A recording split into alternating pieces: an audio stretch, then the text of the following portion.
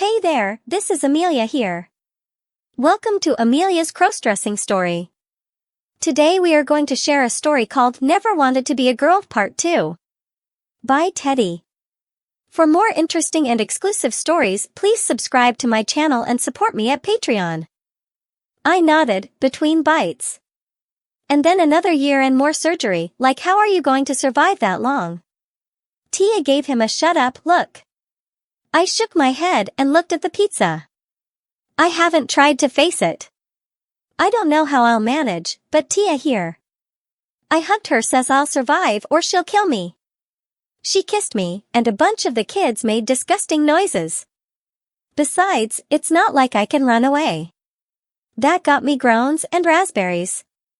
When we got home, all I wanted to do was drag myself into bed and sleep. Tia was not easily persuaded, so I spent an hour doing my exercises under her very watchful eye and was sound asleep before she finished tucking me in. The next week was almost a copy of that day. But once I showed the lifeguards that I could swim and float fine without the stupid life vest, swimming really became fun. The odd position of my feet seemed to have little effect on my speed, and by the end of the week Tia was complaining because she could not keep up with me. Except for the flip turns at the ends, and my having to crawl or be lowered into the water, I felt I was swimming as well as any of the competition types spending their summer practicing. I was ecstatic when Dr. Sutton finally told me I was healed enough to swim at the outdoor pool, and Tia made party plans. When we arrived at the park, almost the entire group of kids we hung around with at school were waiting. I was glad they held off on the picnic until after swimming. I would have sunk like a rock from all the food I ate. Tia still made me do my exercises that evening. I was beginning to feel like I was going to survive being stuck in a wheelchair when the school district told my father that I was being transferred across town to a different high school, because that was where they could provide services for special needs students. Away from Tia and my friends. That started a war. I told everyone I would not go anywhere except to the local school. The district said that I would be truant if I didn't follow their instructions. I got really depressed. Tia organized our friends to picket the school board meeting. The problem, as it was finally stated, was that our school was not handicap accessible and they were afraid of being sued because I could not safely exit the school in an emergency. Or use most of the washrooms. If Samuel was on crutches, it would be different. But in a wheelchair, he won't be able to get around. And district rules are clear. East is a much newer facility and was designed to be accessible. So he will have to go there. It was exactly 4 weeks before school was due to start. Dad's lawyer, Jerry, filed suit, but Jerry told us that it would be October before we would even get a hearing. I cried myself to sleep that night. After refusing to do my exercises. In the morning, Dad tried to get me up for breakfast. Sam, Tia will be coming over at 10, and I have to go to work. I'll talk with Jerry to see if there are any other options. I'm not getting up. And I'm not hungry. Dad shrugged and left. When Tia came up to my room later, I was staring at the ceiling. Sam, time to get up. She looked at me, and I could see the worry. No. I'm not getting up. And I'm not hungry. To them I'm just a piece of defective furniture, and if I won't get stacked with the other broken stuff, as far as they are concerned, I can be thrown away. I rolled over and faced the wall. You don't deserve to waste your time with me. Go out and find a boyfriend that can take you out without needing help. Sam, come on, it's not like that. You're my friend, and I'm doing this because I want to, not because of pity. Then be a friend and leave me alone to wither away in peace. I stuffed my head under the pillow. I didn't hear her leave, and finally the tears came and I cried myself to sleep. When I woke up, Tia was sitting there, watching me. Feeling better? Her voice was strained, and there were tear streaks on her face. I shook my head. Your father wants me to take you to the hospital. We're all scared that you are, well, going to hurt yourself. I looked away. I had been considering just that. So are you going to get up and get going, or do I call the nice men in the white coats to come and get you?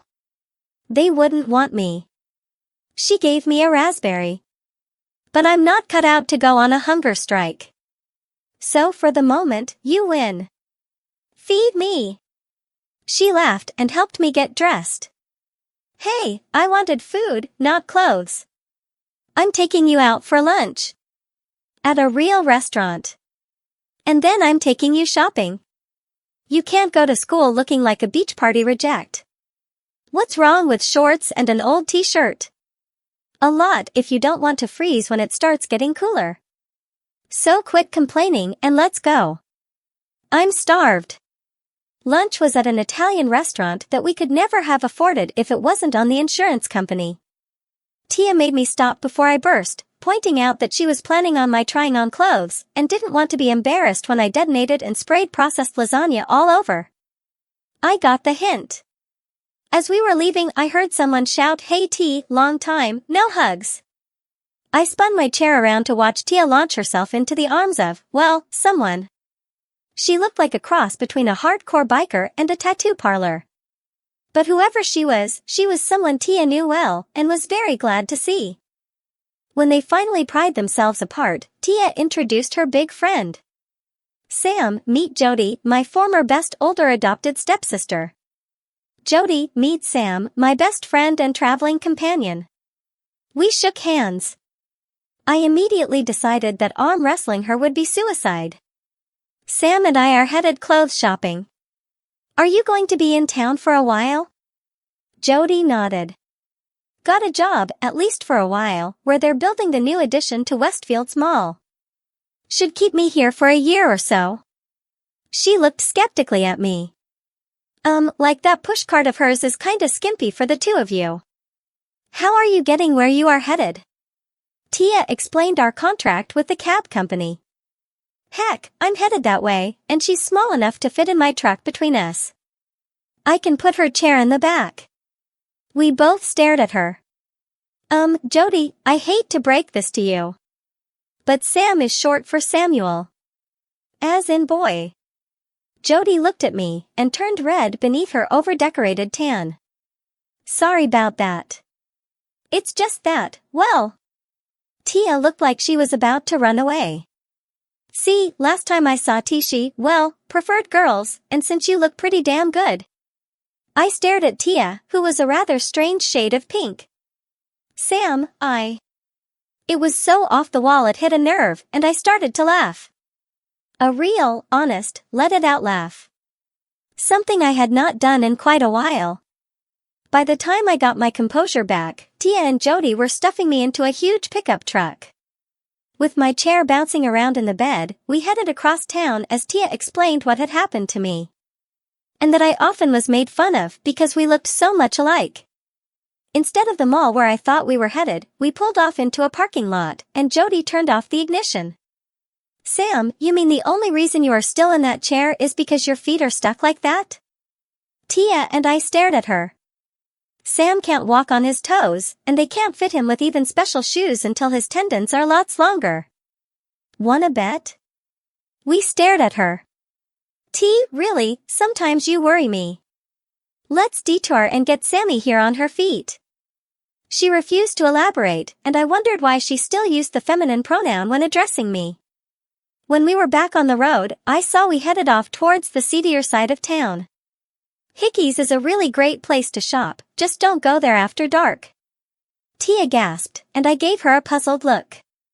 I had never heard of the place. And they've got the cutest leather outfits that T would just die to wear. T turned bright red and started squirming in her seat.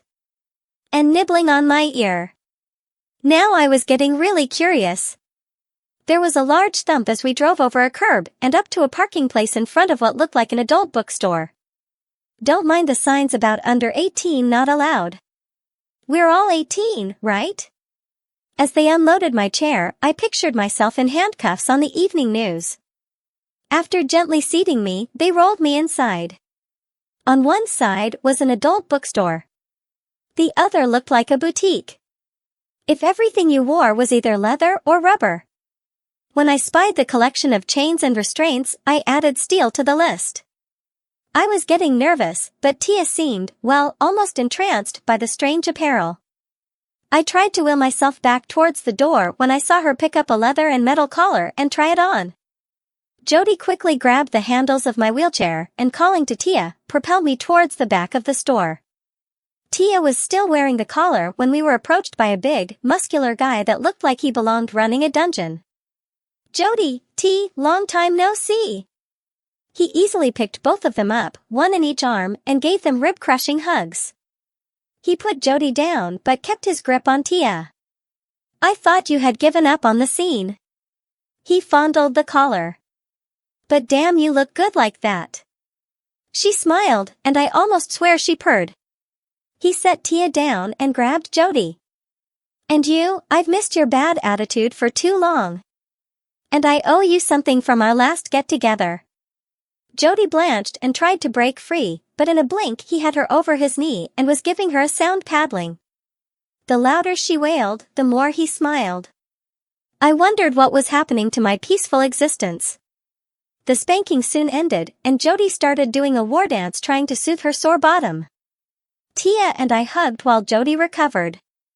The big guy took the interlude to do introductions. "Most of my customers call me sir, but my real name is Monty."